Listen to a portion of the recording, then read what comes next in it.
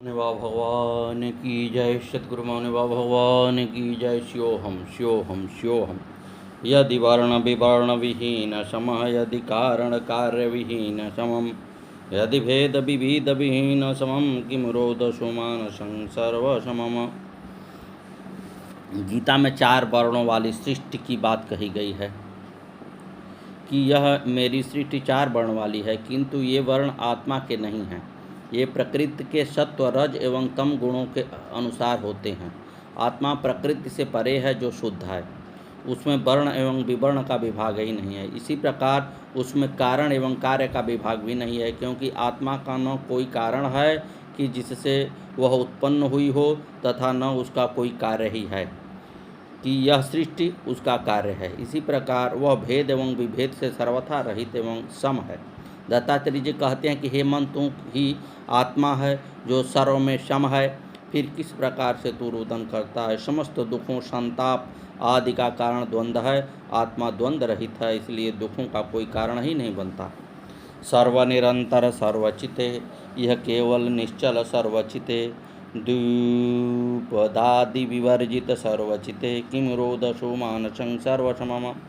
यह आत्मा सर्वरूप नित्य है, जो सबके चित्त में निश्चल भाव से सबका साक्षी होकर रहता है। यह 2 पांव वाला नहीं है, अर्थात अचल है। दत्तात्रेय जी कहते हैं कि हे मन, तू वही आत्मा है जो सर्व में सम है, फिर किस कारण तू रुदन करता है। अति सर्वनिरंतर सर्वगतः, अति निर्मल निश्चल सर्वगतम, दिन रात्रि विवर्जित सर्वगतम, किम रोदसो मानसं सर्वसमम। हे मन, जब यह आत्मा सब में व्याप्त है तथा तुम आत्मा ही है जो निर्मल निश्चल नित्य एवं सम है, तो फिर किस बात से रुदन करता है। न ही बंध विबंध समागमनम, न ही योग वियोग समागमनम, न ही तर्क वितर्क समागमनम, किम रोदसो मानसं सर्वसमम। दत्तात्रेय जी कहते हैं कि यह आत्मा बंध विबंध योग वियोग तथा तर्क वितर्क से परे है, इसमें इनका समागम नहीं है। यह इस सब से मुक्त है। फिर हे मन, तू किस कारण से रुदन करता है। तू मन नहीं बल्कि वही आत्मा है। ये सब व्याधियाँ मन एवं बुद्धि की हैं, जो तू नहीं है। यह काल विकाल निराकरणम, अणुमात्र कृशाणु निराकरणम, न ही केवल सत्य निराकरणम, किम रोदसो मानसं सर्वसमम। आत्मा में काल विकाल एवं तेज का निराकरण है। ये आत्मा से भिन्न नहीं है, बल्कि उसी के भिन्न रूप हैं, जिससे इनकी अलग सत्ता नहीं है। इसमें केवल सत्य का निराकरण नहीं है, क्योंकि केवल वही सत्य है। इसलिए हे मन, तू आत्मा होने से सत्य स्वरूप सर्व में सम है, फिर किस कारण से रुदन करता है। यह देह विदेह विहीन इति, ननु स्वप्न सुषुप्त विहीन परम, अभिधान विधान विहीन परम, किम रोदसो मानसं सर्वसमम। दत्तात्रेय जी कहते हैं कि आत्मा न देह वाली है न देह रहित है, यह दोनों से भी भिन्न है। वह स्वप्न और सुषुप्ति से भी रहित है। स्वप्न और सुषुप्ति मन की अवस्थाएं हैं, आत्मा की नहीं हैं। यह विधि निषेध से भी रहित है। फिर हे मन, तू किस कारण से रुदन करता है। तू वही आत्मा है जो सर्व में सम है। गगनोपम शुद्ध विशाल समम, विषवर विवर्जित सर्वसमम, गतसार विसार विकार समः, किम रोदसो मानसं सर्वसमम।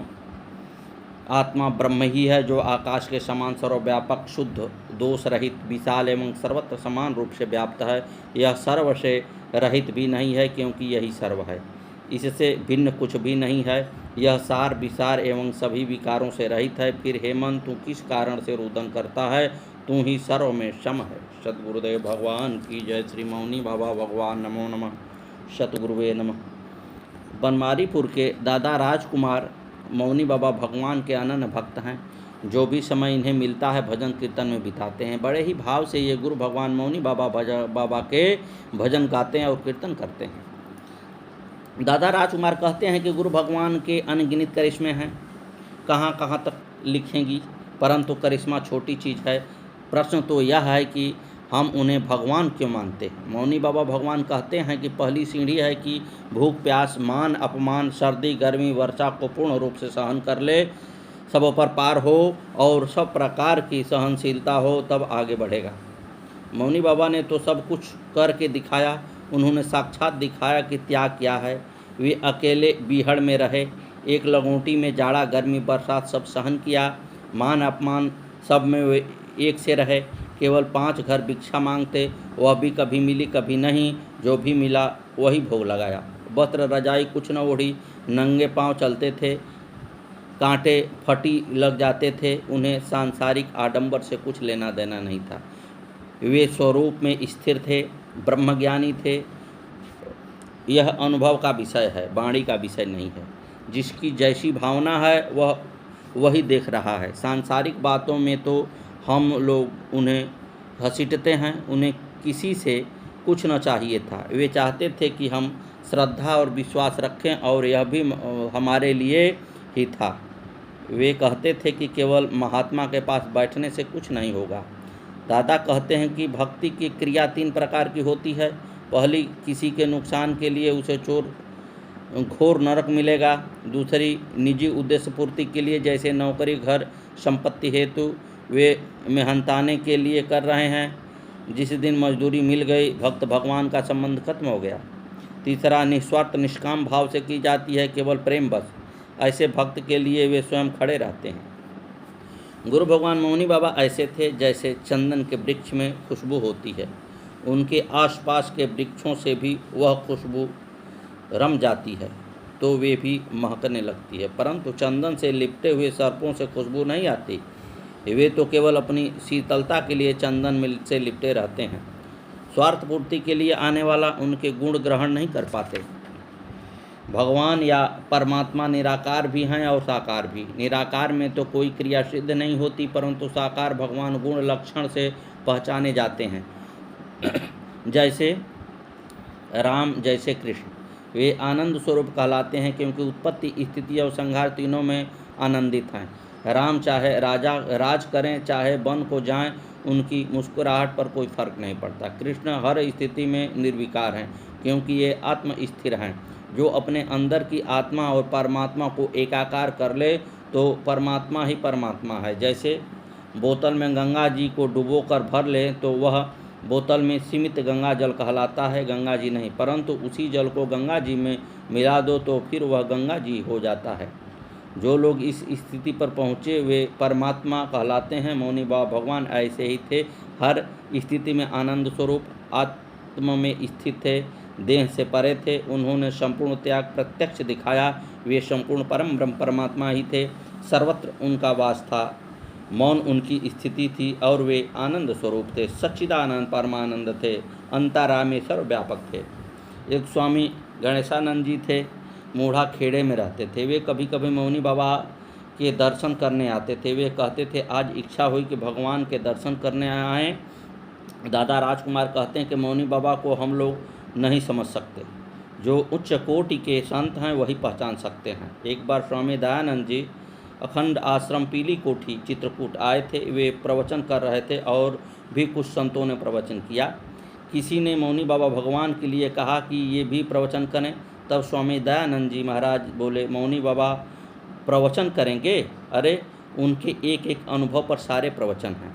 उन्होंने ये सारा अपने जीवन में उतारा है। प्रवचन तो पहली पीढ़ी है, ये तो 7 पीढ़ी पार कर चुके हैं। परमात्मा कहीं प्रवचन करने आता है, उन पर प्रवचन नहीं होता। ऐसे ही मौनी बाबा हैं, इन प्रवचनों को जीवन में उतारने पर कल्याण होता है, परंतु मौनी बाबा के 2 दर्शन मात्र से ही कल्याण हो जाता है। सद्गुरुदेव भगवान की जय। राजकुमार दादा कहते हैं कि जिसे जहाँ तक जानकारी है वह वहीं तक कीमत आंकता है। वे एक दृष्टांत कहते हैं कि एक बहुत बड़े संत थे, उनके जो शिष्य थे वे भी अच्छे संत थे। एक बार एक औरत अपने बीमार बच्चे को लेकर आई, परंतु बड़े महाराज जी तो बाहर गए हुए थे 15 दिन के लिए। अतः उनके शिष्य ने एक पर्ची पर कुछ लिखकर उस स्त्री को दिया कि इसे पानी में घोरकर बच्चे को पिला देना, ठीक हो जाएगा। बच्चा ठीक हो गया तो वह स्त्री फिर आई और बड़े महाराज को सारी बात बताकर बोली कि आपके तो शिष्य भी बहुत पहुँचे हुए हैं। गुरुजी ने अपने शिष्य से पूछा कि तुमने पर्ची में क्या लिखा था? शिष्य ने बताया, गुरुजी राम नाम लिखा था। गुरुजी ने बहुत डांटा, निकल जा, तूने राम नाम की कीमत एक औषधि के बराबर समझी? तुझे इनकी कीमत मालूम नहीं, जानकारी नहीं है तुझे? उन्होंने एक पत्थर शिष्य को देते हुए कहा, जा इसकी कीमत जचवा करा।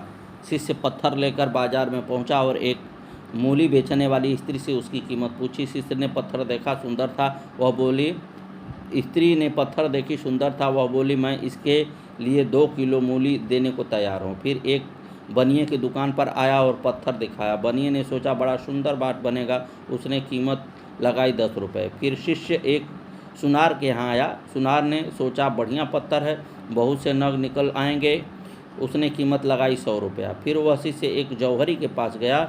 जौहरी ने पत्थर देखा और बोला 1 लाख रुपए दूंगा इसके। अब यह शिष्य राजा के पास पहुंचा। राजा को रत्नों की पहचान की विशेष योग्यता थी। उसने पत्थर देखा तो बोला इसकी कीमत तो संपूर्ण राजपाट देकर भी नहीं चुका सकता, यह तो अनमोल है। शिष्य आश्रम लौट आया और अपने गुरु को पत्थर की कीमत का पूरा विवरण कह सुनाया। तब गुरु बोले, बेटा ऐसा ही राम नाम है, अनमोल है। ऐसे ही अनमोल हैं हमारे गुरु भगवान मौनी बाबा, परंतु कोई पहुंचा हुआ ही उन्हें पहचान सकता था। सद्गुरुदेव भगवान की जय। स्वामी अवधेशानंद जी ने कहा, यदि ये बातें जीवन में उतारेंगे तब कल्याण होगा, परंतु ब्रह्मज्ञानी के तो दर्शन मात्र से ही कल्याण होता है। विज्ञान ने एक यंत्र बनाया है आभा मंडल नापने का। उन्होंने एक साधारण व्यक्ति का आभा मंडल नापा, फिर उसी व्यक्ति को नहला, तिलक किया, कलावा बांधा, तुलसी का परिक्रमा लगवाई, फिर दोबारा आभा मंडल नापा तो वह 7 गुना बढ़ गया था। ब्रह्मज्ञानी का प्रकाश पूरे ब्रह्मांड में व्यापक है, परंतु अनुभव करना पड़ेगा। उनके चरणों में सारे तीर्थ निवास करते हैं। ऐसे ब्रह्मज्ञानी थे हमारे सद्गुरु मौनी बाबा भगवान। उन्हें न भोजन, न भवन, न कपड़ा, न मान, न सम्मान, किसी वस्तु की चिंता नहीं थी। ऐसे ही ब्रह्मज्ञानी संत के लिए कहा गया है कि सर्वश्रुति शिरोरत्नम निराजित पदाम्बुजम वेदांत भुज सूर्यम तस्मै श्री गुरुवे नमः। सद्गुरु मौनी बाबा भगवान की जय। आगे की कथा कल।